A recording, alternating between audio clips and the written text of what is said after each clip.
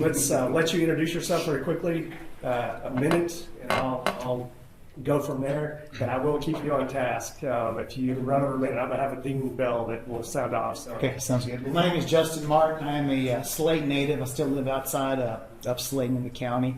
I'm 45 years old. I have a wife named Ashley Martin. I have 2 daughters, Reese and Ryan. They're 14 and 11. They go to school there at Slayton ISD. I was on the school board for 12 years. Didn't run again because I decided to run for county commissioner. I am a business owner. I have J. Martin Custom Homes. Everything is going fairly well.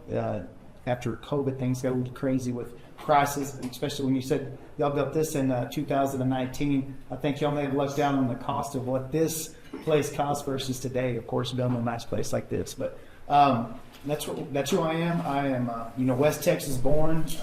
West Texas bred. There's nobody around us.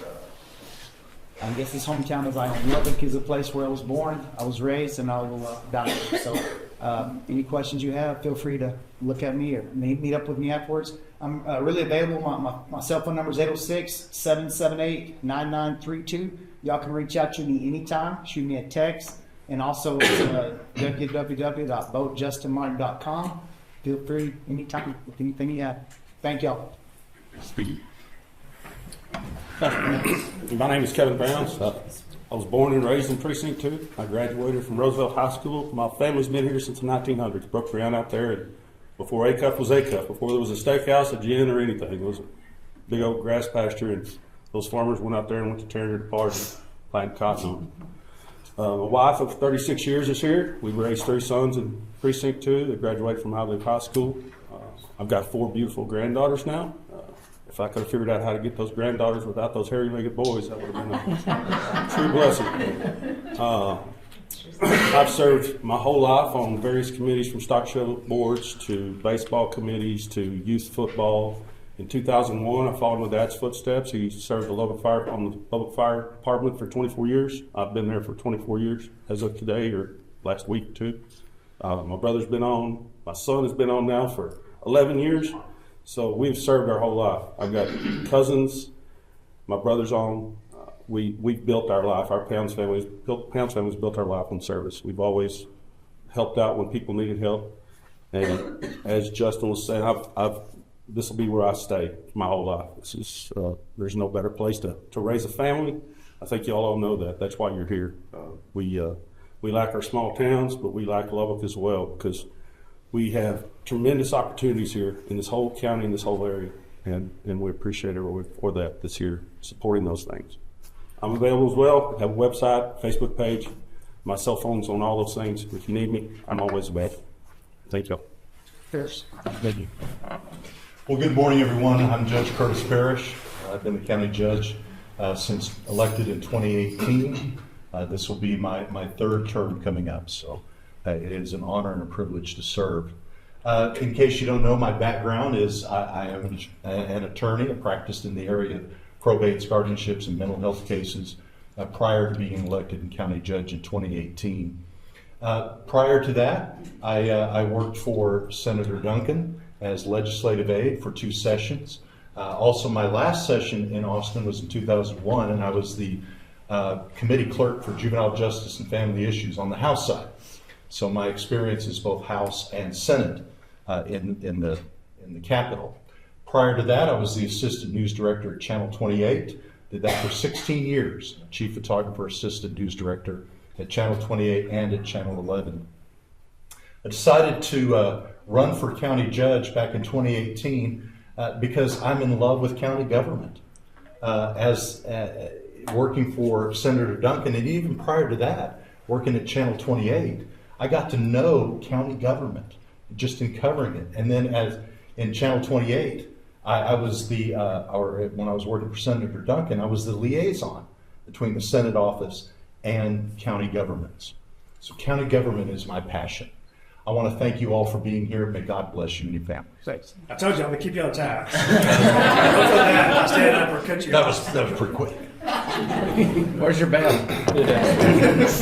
Hi guys, my name is Wesley Houck. I am fairly new to Lubbock, last 4 years. I moved here from Oregon Was born in East Texas, third generation Texan from the Houck side of the family, and but grew up in Oregon and saw a state kind of terraform from a fairly red, conservative, hardworking state to kind of a dysfunctional society.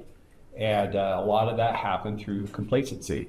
So as a 25-year business owner, I was involved anything from financing to construction, as well as commercial supply. And 2020 election came and went, and Oregon legalized drugs, and that included meth. And at that point, finding dead people in our kids' park, homeless encampments, all that, I saw really quickly the effects of a citizenry that yet, profitable and involved with their families and their businesses, complacent in politics. And so with that, moving here, got involved and continue to be involved. Nope, you're good. Yeah, thank you. You can sit down. I'm going to make it quick. I'm Jordan Rackler. I'm currently the County Commissioner of Precinct 4, Northwest Lubbock County. I've been there 3 years. We all did this 4 years ago. I graduated from Shallowater. I've been a lifelong resident of Lubbock County. I have 3 beautiful kids. Everybody thinks their kids are beautiful, but mine aren't. 2,500 acre cotton farmer. I'm 5th generation cotton farmer. We've grown cotton since it wasn't popular, and it's popular in West Texas. And I've been with Shallowater Volunteer Fire Department since 2002. The day I turned 18, I decided to sign up I thought Cody's going to have to stand up. Sorry. I'm using my phone. That was a text. I've been with the fire I'll give you department. 5 more seconds for that. I've been there since 2018. I'm a captain. Now I'm off guard. 3 kids, Shallowater. Let's do this. I'm Chad Seay. I grew up in a small town west of here called Whiteface, about 50 miles. In 1993, moved to Lubbock County to be with my beautiful wife of 33 years. I actually married up, so I'm great for that. During that time, me and my wife had started 2 businesses in Lubbock County. One of those is a construction company. We do infrastructure for utilities. The other one is actually an aquatic center. It's the largest independently owned aquatic center in this part of the region. I currently teach recovery dive teams for public safety. Also, in my spare time, I'm on various boards, and I was a former Lubbock commissioner, so I know how to get the work done. Thanks. Pardon me for not standing up. I'm having some back issues, but my name is CJ Peterson. I've lived in Lubbock my whole life. I've lived in Precinct 4 since 1998. I was in law enforcement and corrections and law enforcement since 2006 to 2018. I own a private security company here in Lubbock called the LPK Defense that employs over 40 people.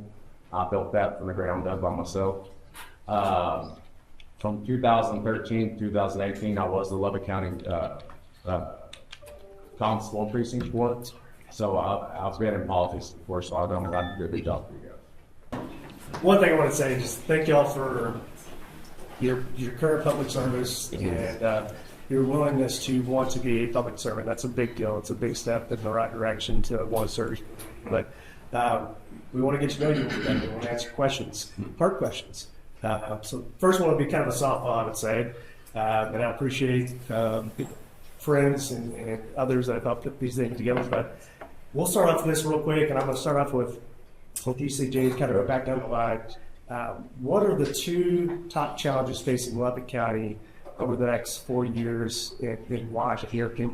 Well, my opinion on that is, with me being in law enforcement for so long, public safety is one of my most important topics, and infrastructure. So we're not looking at the budget where we can cut budgeting and find places for money to fund public safety and infrastructure. We're just kicking the can down the road for our kids to do, and it's going to be more expensive later down the road if we don't try to address that now. Well, I have 2 that are really important for Lubbock County. One, definitely infrastructure, but it's different infrastructure than what most people think. As being a Lubbock County commissioner before, Lubbock County in a lot of places is running out of water. Now, thank goodness for Senator Perry, he put together SB2 that's going to help for rural water infrastructure. But if we can't get water to the people out in the county, how are we going to build any type of infrastructure to build a tax base? So that's something that's going to be something that we're going to have to address. It's probably going to be ugly, it's going to be expensive, but if we don't do it, Lubbock County is going to become a stagnant county. And then above all, public safety. By defunding our public safety as far as the sheriff's department, volunteer fire departments, that is definitely not the way to go. We can cut funding in other places, but not public safety. So I encourage that we need to get our funding back to our public safety sectors. I think the top two in the next 4 years are going to be maintenance and infrastructure. If we don't build the infrastructure, we're not going to build. The businesses aren't going to want to move out to the rural areas, and if we don't maintain what we have, people aren't going to be willing to build and do subdivisions on property that they can't get to, and it increases public safety because if we can't get there after a rain or a flood, then the public safety cannot get to your residents or your businesses. I would echo the infrastructure. You know, if you don't have good infrastructure, you're not going to have growth. Those two are so related. So good infrastructure, taking care of what we have, as well as planning and adjusting and preparing for the future. And then the next one I would say is definitely the water. Coming from Wolford, I'm a Wolford City Council. Water was a big issue for us, and partnerships that we have formed with the city of Lubbock, we've been able to mitigate that. But that's going to be a growing issue as this area grows. This place is a magnet. It's a safe beacon for a lot of people. I think we're going to attract a lot more over time, and so we got to address that. Yeah, and all these folks are touching on that, but the real statistics are this. The Texas State Demographer says that Lubbock County will be at 500,000 people by the 2040 census. 500,000. And we have to be ready for that. We don't want to be Travis County. We don't want to be Austin and get behind the growth. We've got to get ahead of it. And it takes folks that can cast that vision to see the future. You know, we look at Loop 289. It was built 60 plus years ago. And it was built, some people were complaining about it because it was built out in the middle of nowhere. Can you imagine Lubbock without Loop 289 today? Or, even more importantly, can you imagine trying to build Loop 289 today? The trillions of dollars that it would cost. So we stand on the shoulders of giants, men and women who cast a vision for Lubbock County and what it can be and where it's going. My job as the county judge is to continue to cast that vision. Where are we going to be? What is our budget going to be? Not just to take care of this year's issues, but where are we going to be 5 years, 10 years, 30 years from now? And that's what we need to be looking at. So infrastructure would be number one, I would say.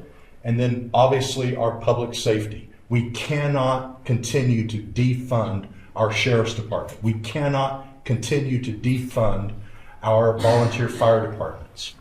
These men and women depend on us so that they can do their job. They depend on us to fund them so that they can do their job. These guys are stealing a lot of thunder. I don't know if I like being at the end of the line first. Don't worry, we'll go back. Of course, infrastructure. Those of you who live in Precinct 2 know we've got Horseshoe Bend. Horseshoe Bend's been out of service for a long time. We need that road fixed. And to the second point, our first responder. Those folks rely on that road. They rely on roads like that. This last year, we've had a lot of rain. Our county roads are not in the shape they need to be, and getting up and down them every day. Somebody that works on them every day. I know those things have got to be taken care of to keep our county going in the direction that we're going. So. Well, I'm not going to disagree with you guys. I mean, some of you guys have been here and done it before. Some of you guys are still here. The infrastructure is important. I think we need to have a path forward every year, every 2 years, whatever the case may be, to have it lined out where we know the growth is coming. We need to work with the developers. We need to have good relationships. That's why everybody has my cell phone. This is what we have to do. We have to have a plan. We have to work together. We can't, the fighting amongst the commissioner's court and everything coming right now makes us all look bad. It's a black eye. We have to grow up. We have to stand up. We have to do the right thing for the voters and our policy. We have to follow our policies and follow our laws and do the very best for every voter in Lubbock County. And I think we can all agree on that too. So it sounds like there's a pretty common theme, at least, with the panel of infrastructure. Now, as a large part of the job as Commissioner of Court is to pass a budget. The question is, which comes first in your mind for workload, tax rates, budget, and are there specific areas in the county spending you believe deserve increased investment, reduced spending, or a closer audit review? I'll start with you first, and we'll get on audit. Well, when it comes to the tax dollars, we have to be efficient with our tax dollars. We can't just give everyone a blank check to do whatever they want to. That's why you're a commissioner. That's why you're a judge. We have to be the ones that our constituents answer to, and they vote us in office, right? And so, yes, you have to have enough money to fund local government, but at the same time, you can't have wasteful spending. The example I'll give you, everybody's been reading about what's going on in Minnesota right now. And I know Lubbock's nothing like Minnesota, but just over an 8 to 9, 10-year period, next thing you know, you have a governor, you have state reps that are allowing things to happen that are very unethical, that are breaking the law. We can't do that. I'm not saying that we're doing it on that scale by any means, but that's why our job, that's why we're elected, to hold certain people accountable and to follow the rules and to help with the growth, to help with the sheriff's department, keep everybody safe and do the very best that we can, from the fire departments to the sheriff's departments. We just have to work together. Well, our job is, as I see it, is to take care of every dollar that we have as a taxpayer dollar and treat it with the respect it deserves. We have to take care of our core services. Our government in charge of core services. Anything out of those core services, our infrastructure, our first responders, our employees. We take care of those things that run this county. After that, we make some hard decisions. Are we going to fund this, or are we going to take care of that? How are we going to continue growing with the dollars that we have?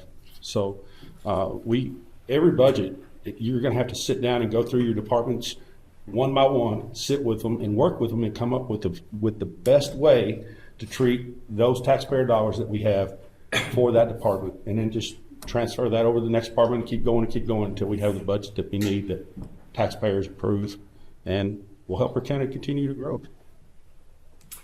Well, the budgeting process at the county level is a little bit different than the budgeting process in other governmental entities. If you look at the state and the federal government, they have really two committees that look at budget. They've got the Appropriations Committee and they have the Ways and Means Committee. At county government level, we are both. We are both Ways and Means, and we are also Appropriations. My philosophy in budgeting has always been to look first at appropriations. What does the county need? Not a wants list. I'm talking about a needs list. I want the sheriff's department, who, by the way, constitutes a little over 50% of our budget. Half of the budget of Lubbock County goes to public safety.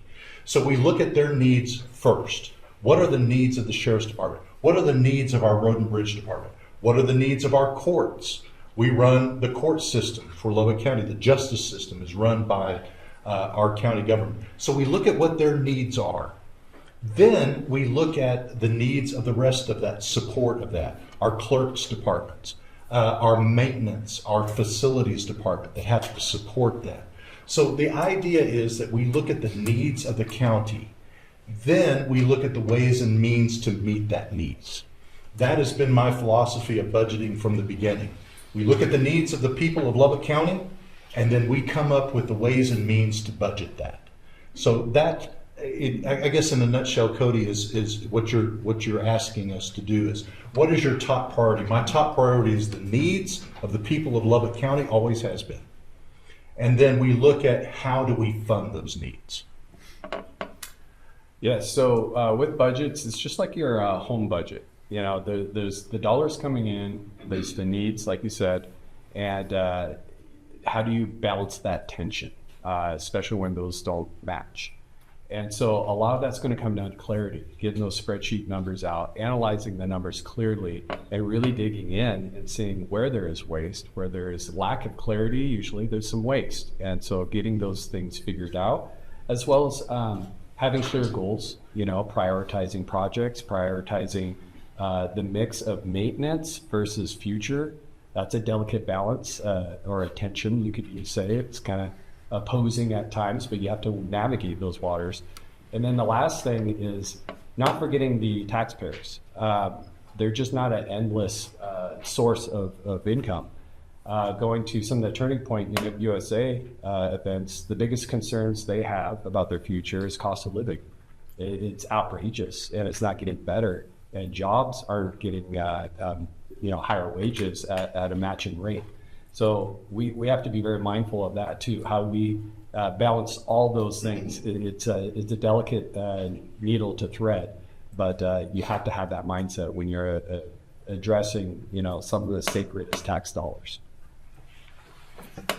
So, as a conservative business owner, I'll go through and figure out what's mandated, what's a want, and what's a need, and then listen to the voters and make sure that the mandated stuff is taken care of and the needs are met, and then the wants, if there's money for it, we'll take care of it, and if there's not, we're going to have to push it out.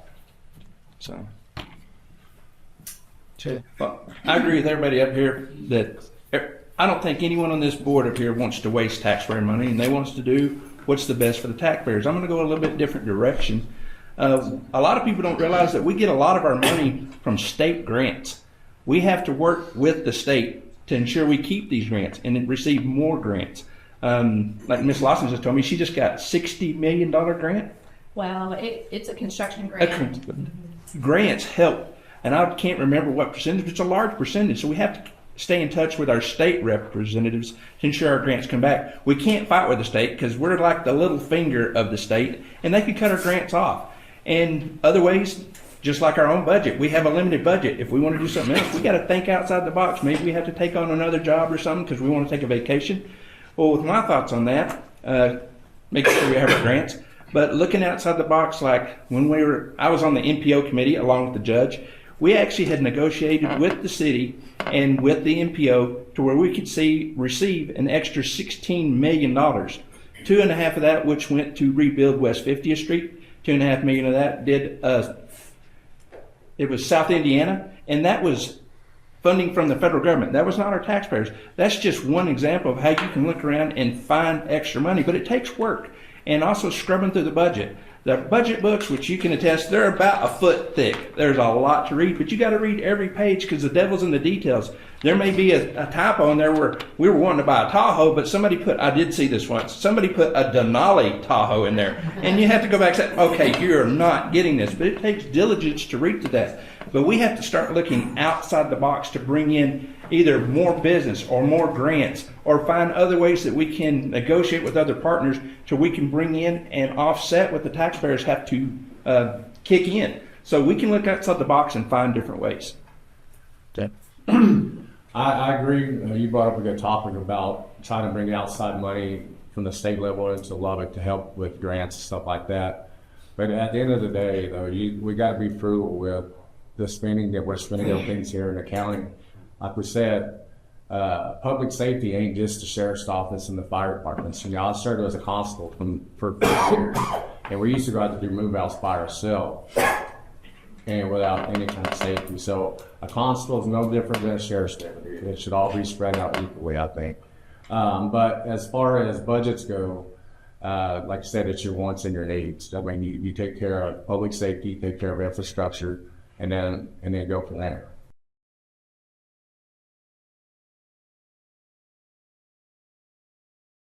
Well, it used to be, this no new revenue rate that you're talking about used to be called the effective tax rate. And then when the legislature changed it to no new revenue rate about 6 years ago, it used to be where you could pass that effective tax rate and still receive the growth, the natural growth that we get from the county. When the developers go out and put new rooftops in, we could get that growth. When they changed the formula to no new revenue, we lost growth. So for the past 2 years, we've lost growth money for this county. And so what that means is now we have to cut other areas.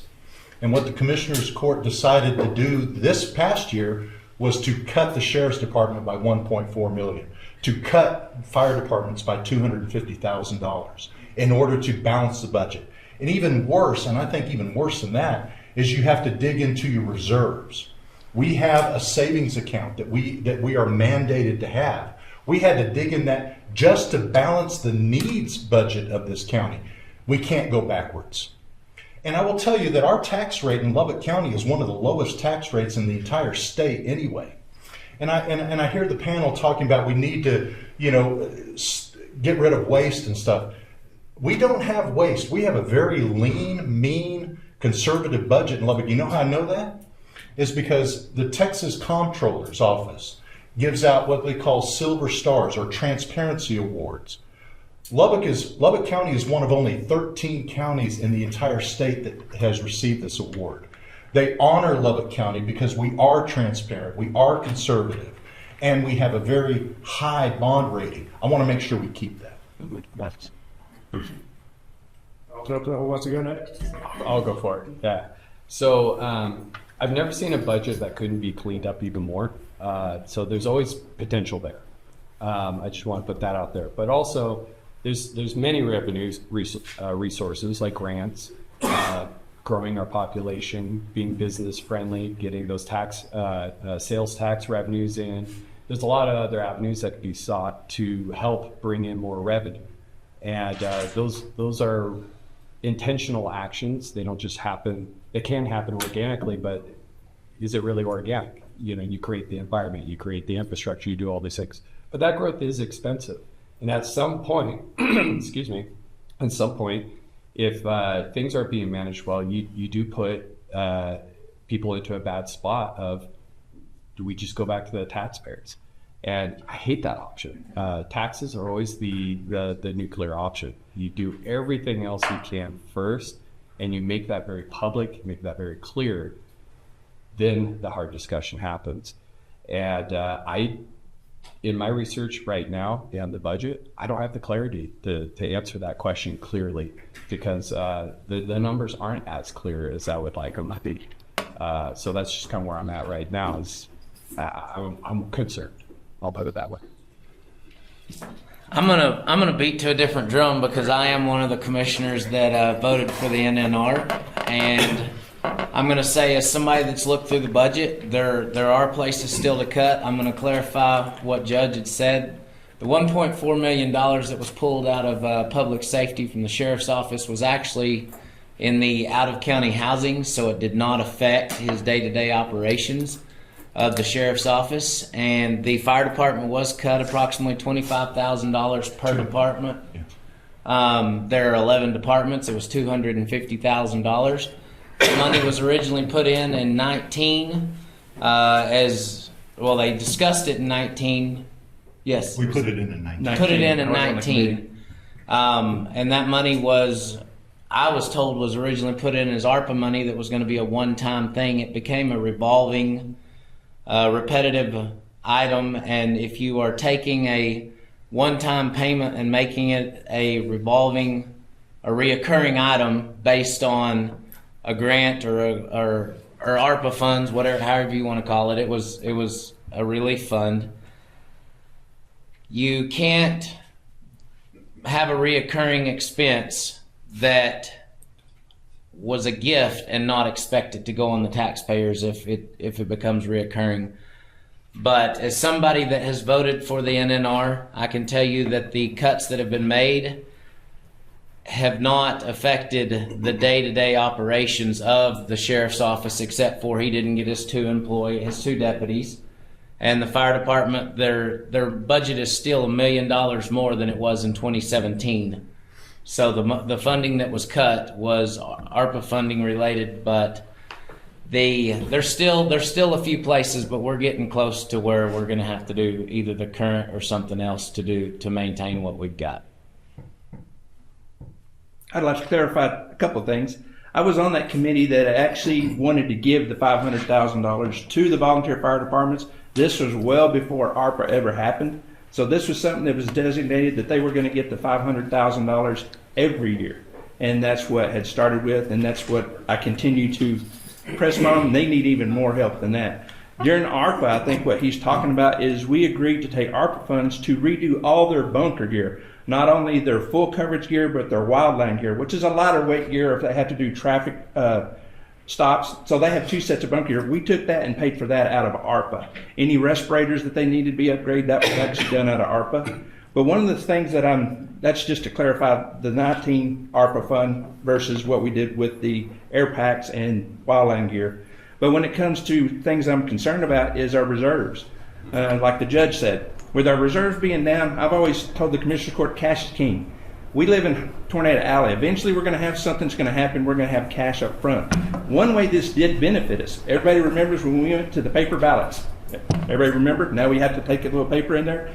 Well, we were supposed to pay for that either up front in 1 year and we were promised we'd get half of it back, or we could pay it out over several years but get none of it back. Lubbock County was the first county with cash in hand. And as far as I know, you can correct me, Judge, we were the only county that got all of our money back, and we were the first people to get that. By having our reserves there, that we had cash up front, and we're going to need that going forward. Well, I kind of agree with what he's saying is, you know, I haven't really been on to look through the budget and all that, but, you know, like we talked about earlier, how things gotten more expensive since COVID. Well, if we don't start fixing the infrastructure and try to figure out a way to bring money into the county without the taxpayers, I mean, we're gonna have a big problem. Because if we wait 4 years, 8 years down the road, y'all's kids are gonna be paying triple for this. So we gotta figure out a way to cut the budget. And if we can't do that, then I mean, eventually it's gonna have to go to the voters. If the budget's as lean as it is, and we have it as lean as it is, there's not another way. It will fall on the taxpayers.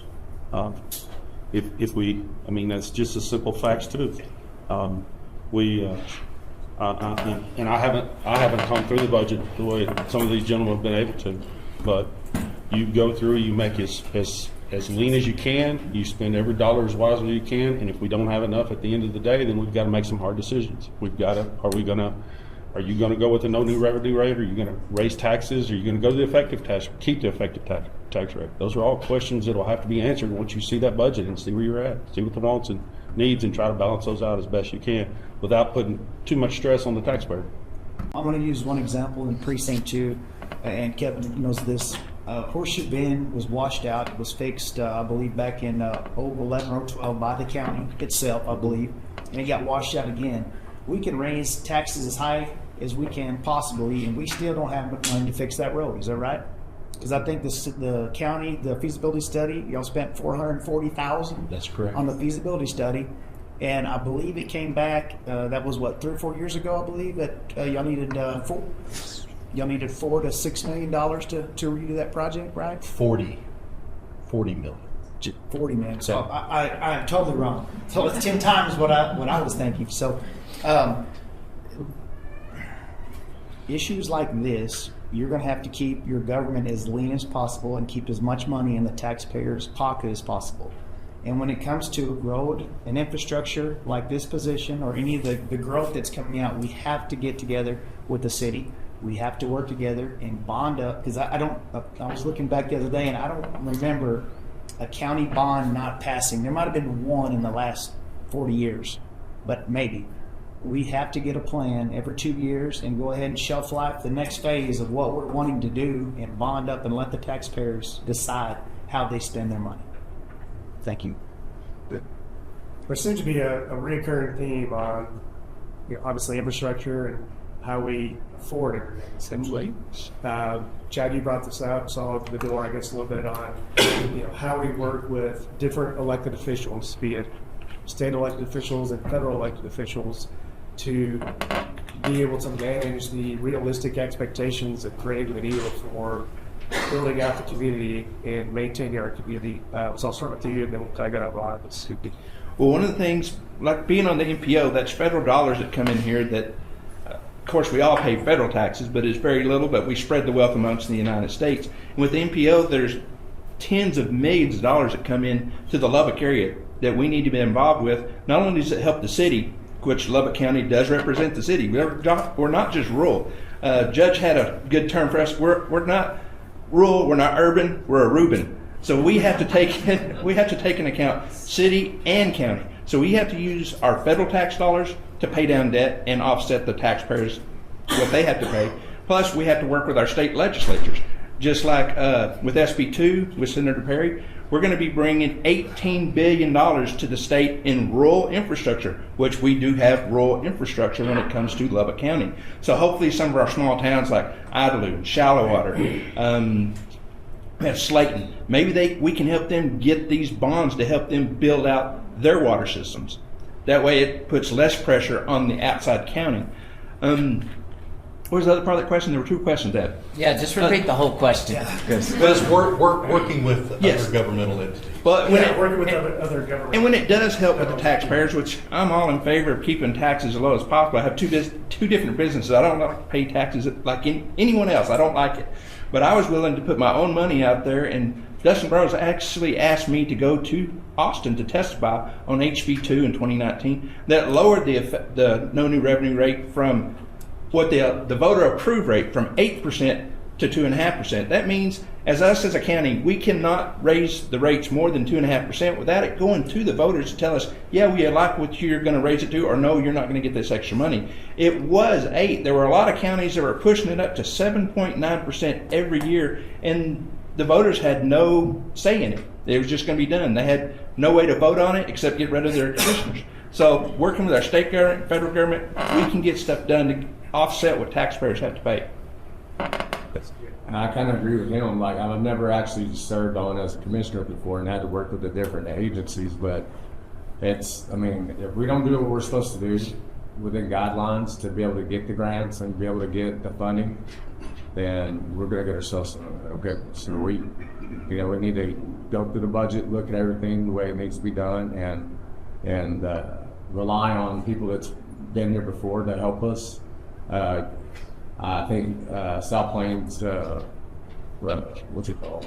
South Plains Association of Governments. They help with grant writing and all that stuff. So just use all your resources to try to get all the funding we can get. Can I ask a question? Hang on, real quick.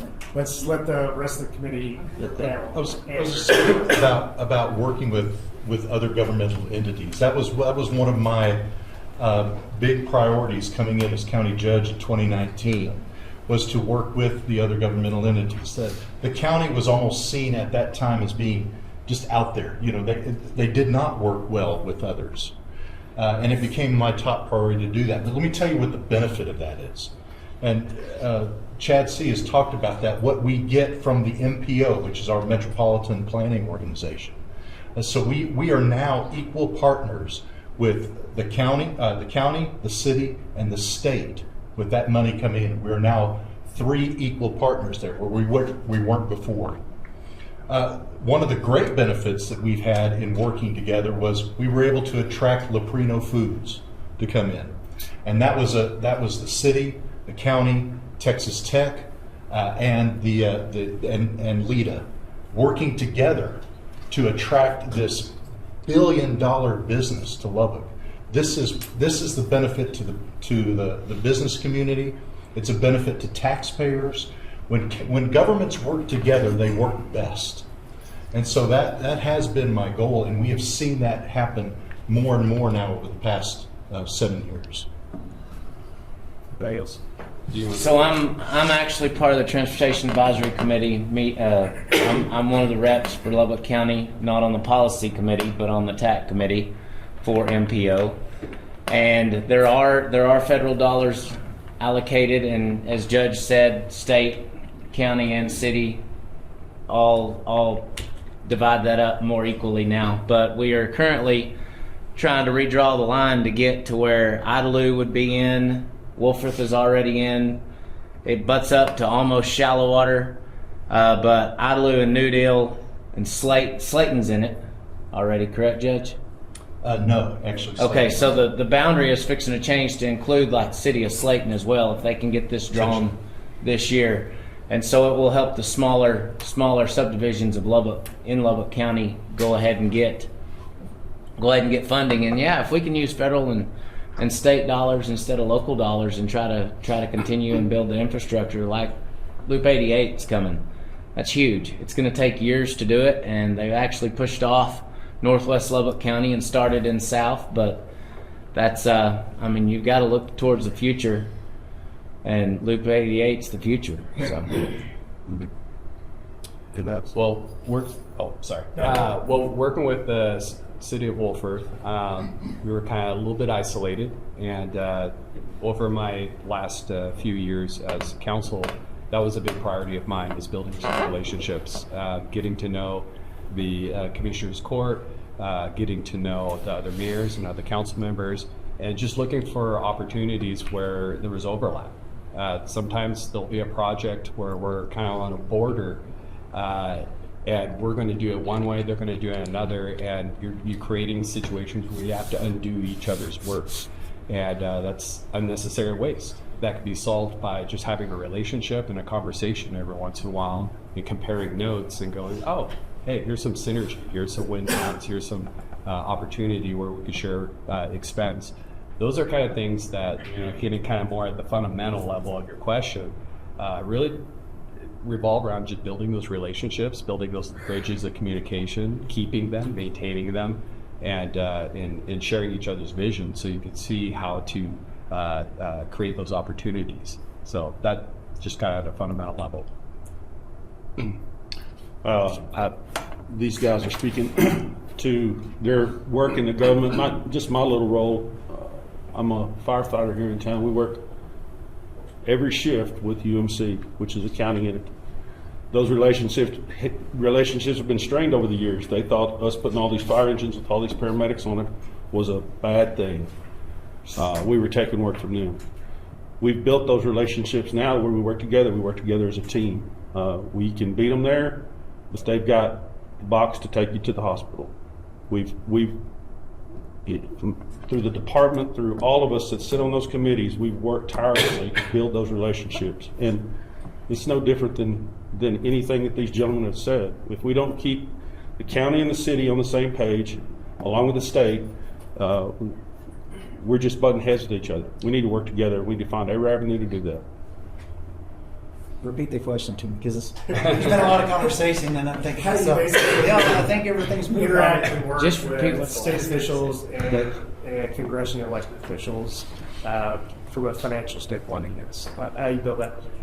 It starts with having your cell phone. It starts with answering your phone, answering questions, meeting, going and having lunch, getting on the same page, one common goal. If you're rowing in the same direction, you get way more done. You cover more ground, of course. So when it comes to dealing with, I guess, elected officials at those levels, I would have an open door policy and want to work with them as much as we can to get as much federal and state money to benefit Lubbock County as commissioner. As far as just you got to have a plan, and you have to be on the same page moving forward to make Lubbock County as good as you can. I'll go. You start. I never voted for a raise for our elected officials, not one time. And there was many times, actually every year since I started and going on, it's been voted in that elected officials get raises without the people that work for the county get raises. And even when that was done, I always turned it back. I had to sign a deal for the auditor's office, gave it back. And when I first took office, I realized the median income was between $45,000 and $52,000 per family, and that's depend who you looked at. And as a Lubbock County Commissioner, now making $90,000 a year, that's taxpayer funds that pay me. So I was willing to give back a large part of my salary. I gave tens of thousands to Volunteer Fire Department, tens of thousands to the Sheriff's Department, just donated out of my own salary because I thought it was too much in the first place. I'll go next. I think that was more labeled at myself and Judge because of this year's. So state law, elected officials, it goes before the Commissioner's Court to vote for the elected officials' pay raise first. And at the time, whenever we were going to vote for the elected official pay raise or decline it, I was under the impression that we were given a 3% cost of living raise and a 2% merit raise. And so I did vote for it. I did not accept it. And as the budget rolled out and we figured out where we were and what was left, we were informed we were not going to give a 3% COLA or a 2% merit. And there was one commissioner that took it. Commissioner Corley is the only person on the court that accepted their raise and kept their raise. But I did it strictly because I knew that the sheriff was underpaid based on sheriffs of his size of the county. And then I'd had constables and I'd had a couple of JPs that had asked about what do we need to do to get a raise, because as the employees get a 3% year after year, and the electeds have not. Okay, the electeds has not. We were trying to just make it more fair. Sorry, Judge, I was going to hold y'all hard. I know. Judge, is the same commissioner you want answered, and then we'll go. Yeah, and, you know, the bottom line is, and this was a commitment that I had made from the beginning, that I would not take a salary increase while during my terms of office, and I have not. In fact, you were talking about this last budget session. I actually offered an amendment that would zero mine, and that was accepted by the rest of the court, and I was the only one whose salary of the elected officials that was at zero. All the rest of them were all increased, including all the commissioners. And you know, we actually have another county officer sitting in the room with us, and he received that salary increase as well. I don't have a problem with giving other elected officials within our county a COLA, or a cost of living adjustment. I don't have a problem with that, because they're not in control of their salaries. They're not, just as the employees of this county are not. They're not in control of their salaries. I'm okay with that. I think that is prudent to do, and I think what had happened is, and if you continue with this philosophy for a while, you run into what happened in the previous Commissioners Court meeting. And if y'all, Commissioners Court back in 2015, if you remember, they went ahead and made that salary adjustment for themselves all at once. That caused all kinds of consternation. In fact, I think Commissioner Seay actually ran against that salary increase and saying, vote for me because I won't take a salary increase. And so did Commissioner Corley. Of course, Commissioner Corley has decided he's going to take salary increases, but I have not. So to that end, I would say I'm okay with giving COLA adjustments to elected officials, but we better give that same COLA adjustment to all of our employees as well. That's the bottom line to it. The bottom line is, I knew what this paid when I ran, so of course I would not ever expect a pay increase. You know, I have another business that I do well in, and so I would not at all accept a pay increase. I'm even probably to the point that I would even, as long as my debt's paid off from my campaign, I would even give some money back if I had to, just to show, you know, I'm not doing this for the money. I'm doing it to make it, you know, like bliss. No, I wouldn't. The employees, the county employees are the backbone. I mean, they're the ones that are out there every day. They're the ones that are doing the job. Lubbock Police Department right now has a lateral transfer program. They can take our sheriff's deputies and take them straight across at whatever rank they are, or whatever pay they are at. And while they won't retain their rank, they'll have a larger salary. The Lubbock Police Department pays more than our sheriff's department does. So we've got to look at ways to take care of our employees. They're the ones that are working their tails off. They're the ones that are out there every day working. So we all have our services. So they have got to be taken care of. So as an elected official, I make $0.99 a year. We don't get paid for our position. It's a little foreign to me in that regard. One thing I do know with our city is retention of staff is very important. The startup of a new employee, the training, the new equipment, everything, that's a huge expense, and is often much cheaper to make our salaries and wages competitive, where people want to stay, families could start and feel like they can thrive, they can afford a home, things like that. So those things are very important, I think should be done. But also I think you should read the room. You know, if you're going through an economic crisis, voters have a hard time stomaching constant raises when their wages may be going down. And so that's something to kind of think about. You know, read the room at those times, and when there's opportunity during the booms, reward everybody. I think those are very important. As far as my salary, I don't know what the judge's salary is. I've purposely not looked, but I would absolutely not be interested in our rates. I agree with a lot of what they're saying. Me owning a business that has 40 employees, it's very important that you keep up company morale and you treat them with respect and you try to do everything you can for them financially, benefits-wise, anything you can do to make them happy.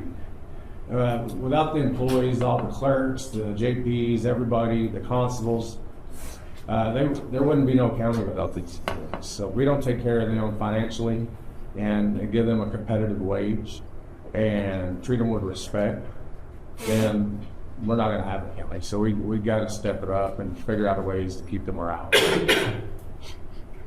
What is your understanding of the impact the agricultural industry has on the community here in Lubbock County, and your overall aspect of how we help maintain, as y'all mentioned, infrastructure is a big thing, maintain the longevity of the ag industry in the communities?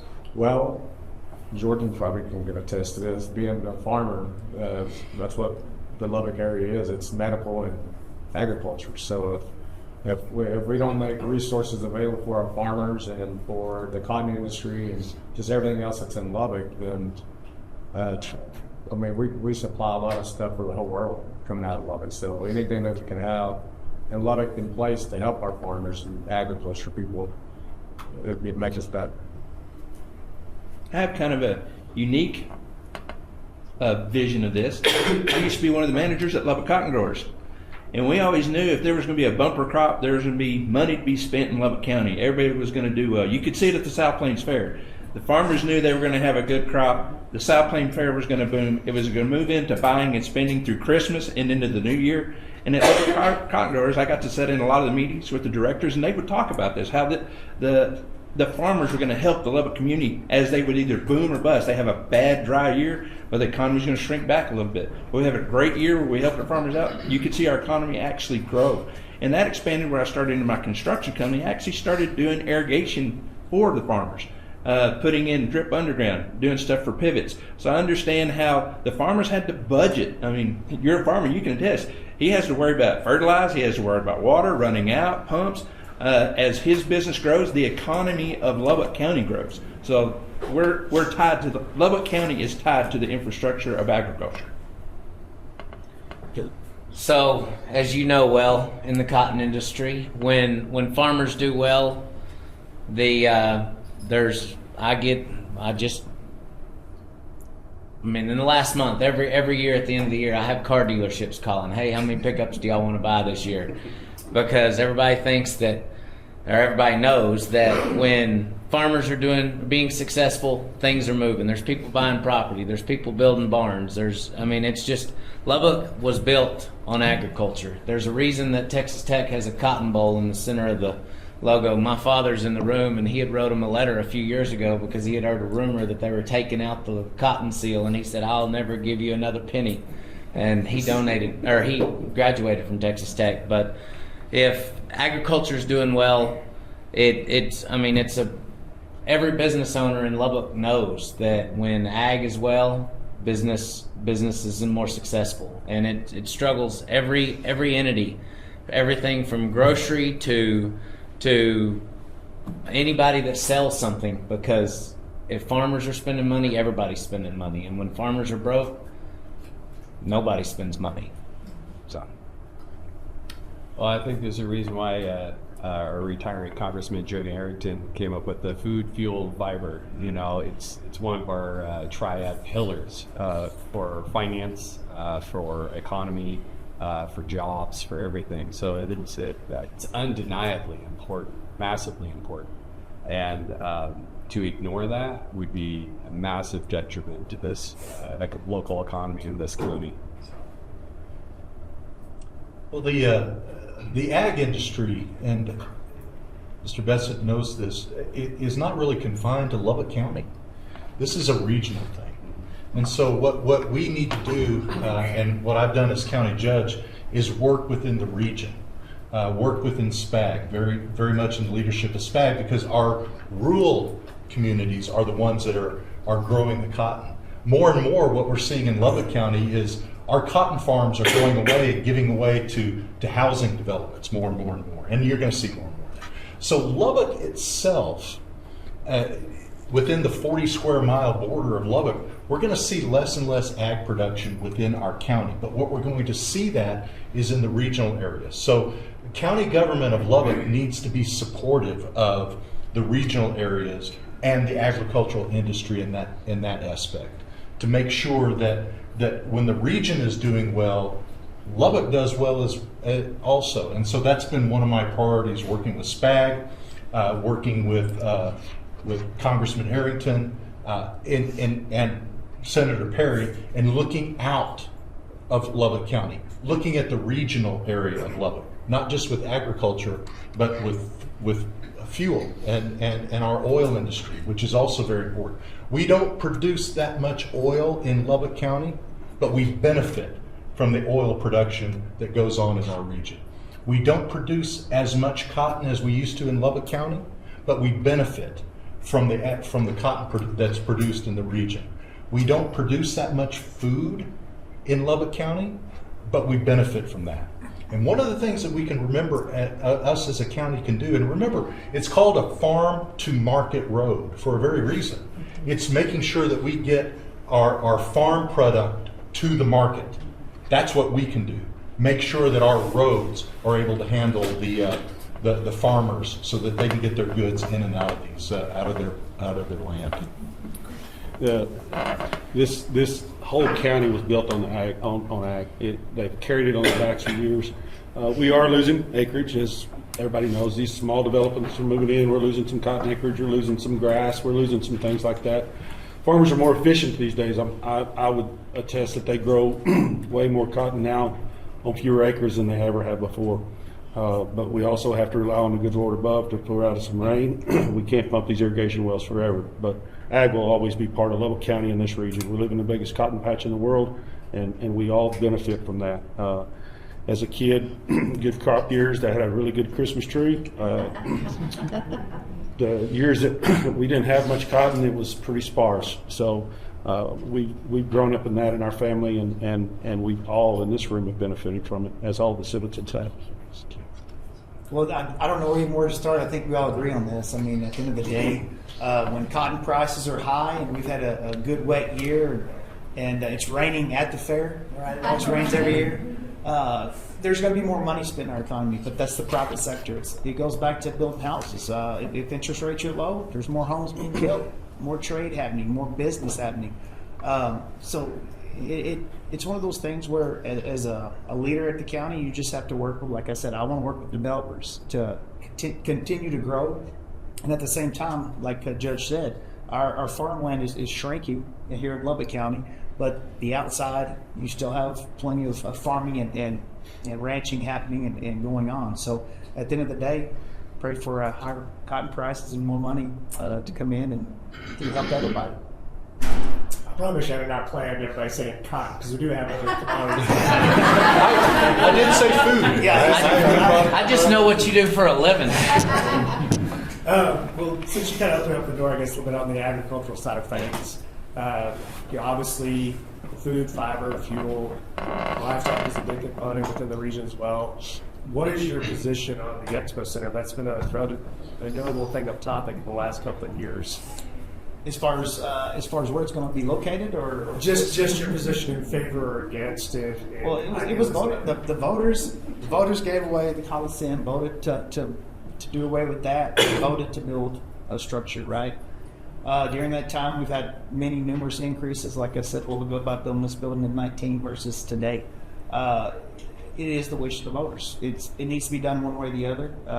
I think this year, there's two guys up here that can probably put their name on it. They're going to get your vote, whether they want it downtown or on the North Loop, one way or the other. So as of today, if the voters had not voted on it, it'd be one thing. But hey, it was their wish, so it'll still happen one way or the other. Wow, the voters, that was their decision, and I voted in favor of it. It's a tremendous, those expo centers, as such, are great generators of dollars for the county. They bring in people. Those folks that come in, those big horse trailers and things like that, they eat at your restaurants and stay at your hotels. Those are great generators of income for the county. the guys here, the two gentlemen that sit up here, will make those decisions long before I'm, hopefully long before, if I were to be elected. So we'll see what they come up with and how they get it done. But I think it'll be a tremendous asset to the county. I got 1 minute? 2 minutes. I've been like a little bit of beyond one, so I got 2 minutes. All right, let's simplify this as best we can. When this vote was set up, it was set up as a public-private partnership. All right, the hot tax, or the hotel occupancy tax that we collect, will generate for the public sector about $35 million. About $35 million when we get around to bonding what we collect off the hot. The nonprofit organization, the 501c3, that has been part of the public or the private part of this public-private partnership, has planned at times $120 million facility. Lubbock County is still stuck at $35 million. It doesn't get any more than that. It doesn't get any less. $35 million. So if the plan is for a facility to be in the 90 million, 100 million, 60 million, it doesn't matter, because we've had so many plans over the last 7 years. Whatever money that is, they have to make that up in the private sector. They've not been able to do that. So now we're at a place where we need to make a decision. How do we go forward? How do we build a facility with only $35 million? Because we don't have private money to do it. They have failed in raising the private funds necessary to build this facility. So we looked at partnering with the city. We looked at partnering even with the state, finding other partners that we could go into, so that we could build a first-class facility that would meet the needs of Lubbock County for the next 40 years. If we're just looking to meet today's needs, then we're failing. We need to look ahead. Make sure we're building a facility that's good for the next 40 years. That's where we're stuck right now. And that's where we've been stuck for the last 7 years. Do the voters want this?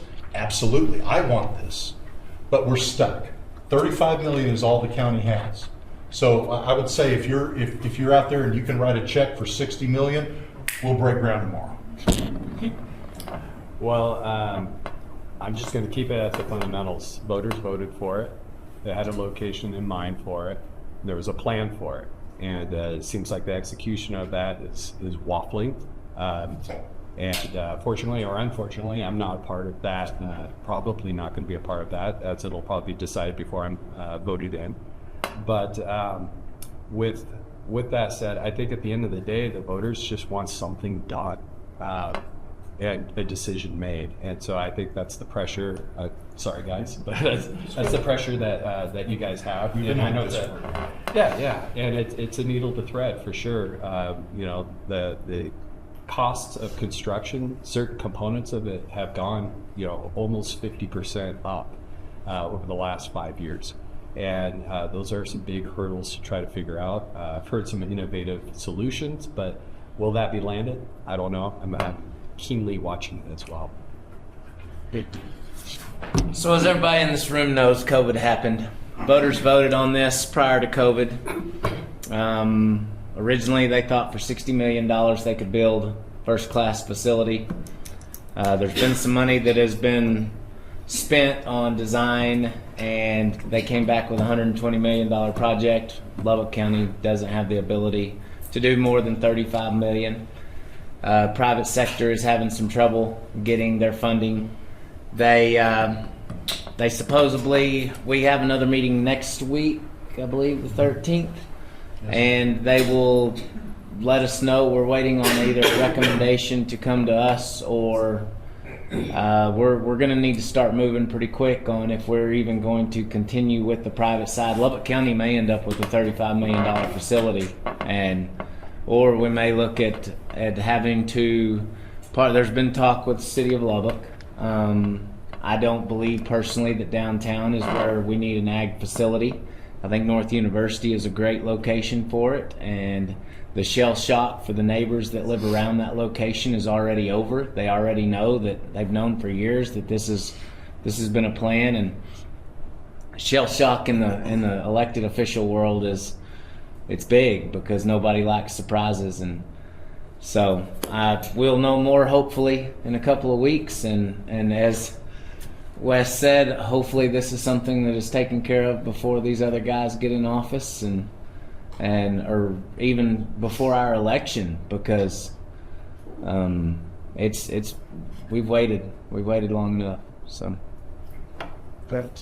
I couldn't have said it better than the judge. That was absolutely perfect. He was dead on, correct in every point. My concern with a facility like this, going along, we build this facility, which is supported by HOP tax money. We still have to pay employees. We still have to have maintenance on this facility. How much money is a Lubbock taxpayer going to have to kick in to maintain a facility? That's where I think the partnership with the city could come in very well. With partnerships, the city has a part of it, so does the county.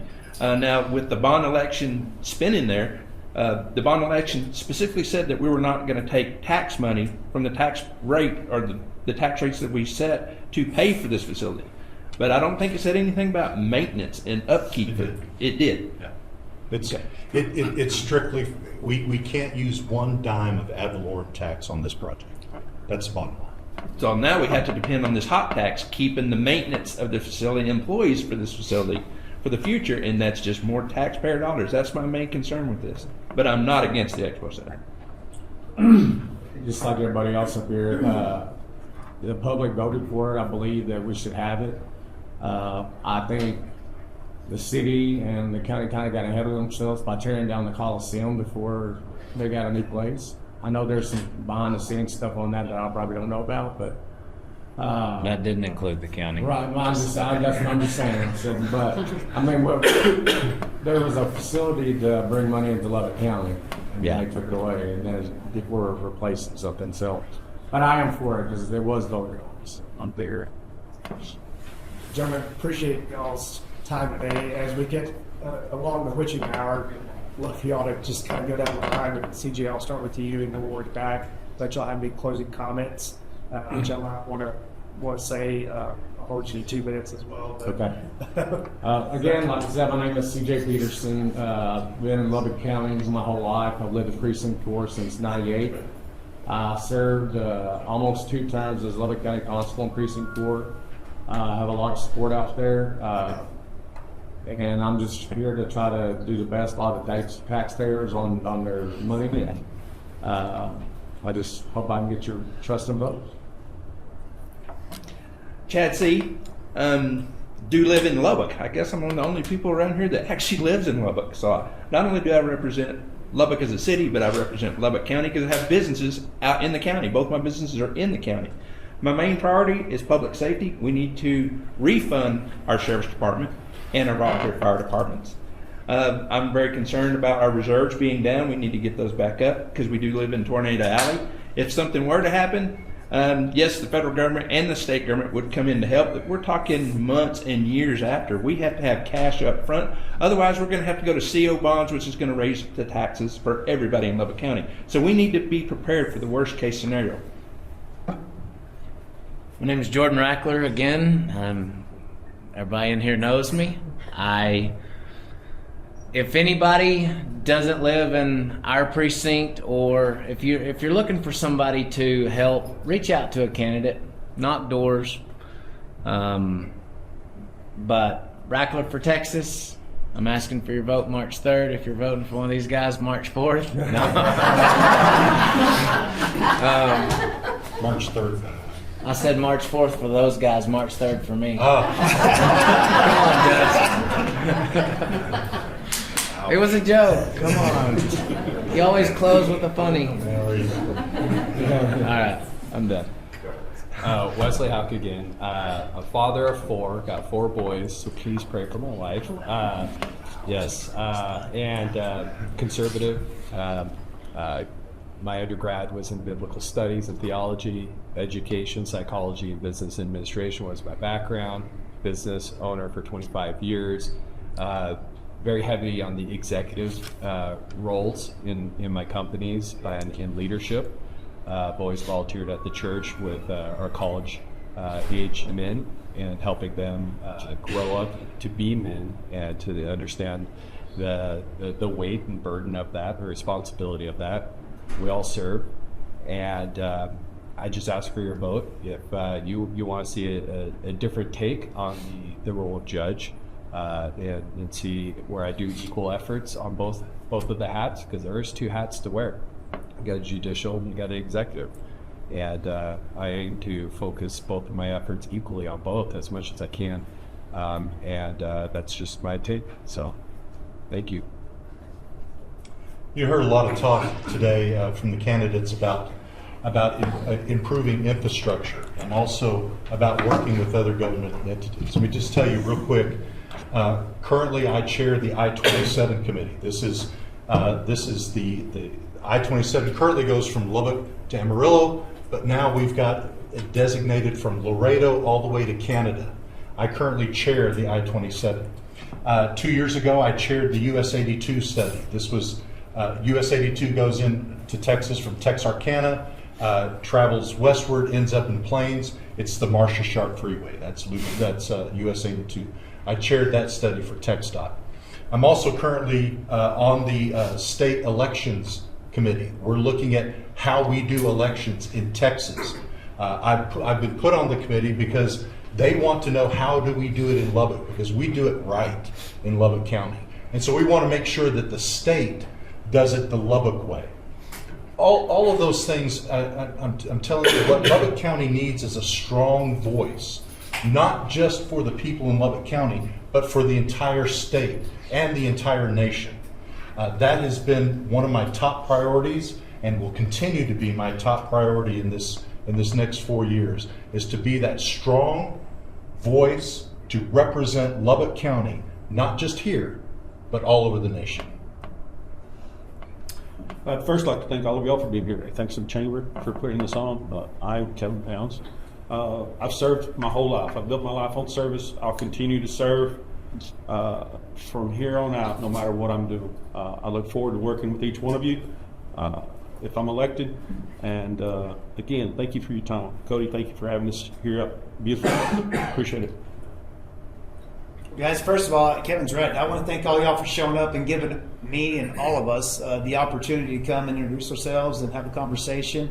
My name's Justin Martin. I think you know I am who I am, and if you have any questions, you can feel free to reach out to me. My personal cell phone number. It's just one of those things where I think I have the utmost respect for anybody that runs, whether you win or lose. Showing up to fight is 99.9% of the battle, and no matter if I win or lose, my life isn't going to change. My life's probably going to be harder if I win. You know what I mean? To be honest with you, I got to put up everything. So, but I'm looking forward to it one way or the other. And like I said, I just appreciate all y'all showing up and giving us this opportunity. Thank y'all. Gentlemen, thank y'all very much. You'd be surprised, all y'all was actually underneath a minute on your closing comments or some questions. Thank y'all very much for your willingness to serve. As y'all mentioned, that's the biggest step in the right direction. We need public service, and that's becoming harder and harder to do in the atmosphere that we operate in today. And just appreciate your willingness to step forward and put your name out there, put your willingness out there, put your faith family out there as well. Appreciate y'all being here today.